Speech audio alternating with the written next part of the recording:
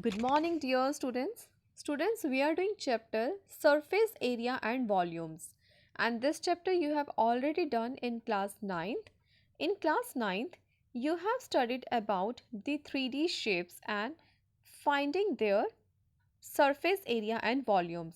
But now in class 10th, you will study about the 3D shapes by connecting two or more shapes together and after that finding their surface area and volumes. So students, this makes more interesting this topic. So let's start with exercise 13.1 question number 5. A hemispherical depression is cut out from one face of a cubical wooden block such that diameter L of the hemisphere is equal to the edge of the cube. Determine the surface area of the remaining solid. Students, in this question, we have a cubical box and we have to cut out a hemispherical depression. Depression means a surface that is lying in the downward direction. So, from the upper layer of the box, we have to remove, we have to cut a hemispherical. Hemispherical means half a bowl. Okay, we have to cut out a hemispherical depression from one face of a cubical wooden block such that diameter L of the hemisphere is equal to the edge of the cube. That means the edge of the cube, that is the length of the side of the cube, is equals to the diameter of the hemisphere. So, in this way, the edge, that is the length of the cube, is L and the radius of the hemisphere is L over 2. Now, we have to find the surface area of the resulting solid. So, let's start. Here, the diameter of the hemisphere is equal to the edge of the cube. So, diameter is equals to side of cube, that is equals to L. Here, base of hemisphere would not be included in the total solid area of wooden cube because this wooden cube have excluded the hemispherical shape. Excluded means not included. So students, these are the antonyms of each other, these words included, excluded. In this question, we have to find the surface area of solid. That is, first we have to calculate the area of complete cube. After that, curved surface area of hemisphere, okay, and minus base area of hemisphere because this area have already cut from here and this base area is not included in the cubical solid. In this way, we know the formula of all. Area of cube is 6 into square of side. Curved surface of hemisphere is 2 pi r square and the base area is the shape of a circle. That means we have to subtract pi r square and we know all the values. The side of the cube is L and the radius of hemisphere is L over 2. So let's start finding the values. First, area of cube is 6 into square of side. In this way we get 6L squared.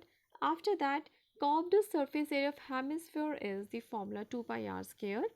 Okay, and here is radius is the L over 2, diameter over 2 and diameter is L. In this way we get pi L squared over 2. Now base area of hemisphere is the shape of a circle and the area of circle is pi r squared. By putting the value of r, we get pi L squared over 4. In this way, surface area of solid is equals to area of cube plus curved surface area of hemisphere minus base area of hemisphere. Now students, putting the resultant of the above formulas, we get 6L square plus pi L square over 2 minus pi L square over 4. By taking the LCM of 4, we get, on simplification, this calculation is simple, but just you have to take L square common from here. We get 6 plus pi over 4. After that, take LCM. In this way, our answer is L square over 4 pi plus 24. That is the surface area of given solid. So students, in this way, next question is question number 6. A medicine capsule is in the shape of a cylinder. Students, all of you have seen the medicine capsule practically. So, what is the shape? We have a cylindrical shape with two hemispheres on the two ends of the hemisphere. So, in this way, we have a medicine capsule and stuck to each of its ends. The length of the entire capsule is 14 mm. Students, its complete length is 14 mm. You can find the mm. Mm is what? That is the millimeter. Students, 1 centimeter is equals to 10 mm.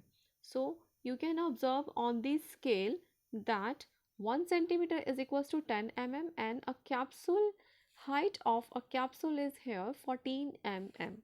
So the diameter of the capsule is 5 mm, that is given. We need to find its surface area. This is very simple. You have to just understand properly the given diagram. Okay, how we can construct this one. If we have to find the surface area, that means we need to find the curved surface area of the cylinder, and after that the curved surface area of the hemisphere. If we find the one curved surface area of hemisphere, then just twice it to get the surface area of second hemisphere. By adding all these, we get the surface area of the capsule. So students, the total surface area of the capsule is equals to curved surface area of the cylinder and curved surface area of two hemispheres. So the formula of curved surface area of cylinder is 2 pi rh and the curved surface area of hemisphere is 2 pi r square. This is for only one hemisphere. So students, diameter of cylinder is 5 mm. In this way, radius must be 5 over 2.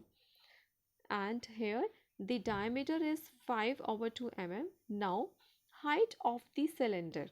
In this way, if the radius is 5 over 2, that means 5 over 2 from both the ends, and total height of the capsule is 14 mm. So, height of the cylinder will be 14 minus 2 times 5 over 2. In this way, the height of the cylinder will be 9 mm. Curved surface area of cylinder is 2 pi rh. By putting the values of pi 22 over 7, radius 5 over 2 and height is 9, we get 990 over 7 square mm. After that, curved surface area of hemisphere is 2 pi r square. Put the value of pi 22 over 7 and radius 5 over 2 whole squared.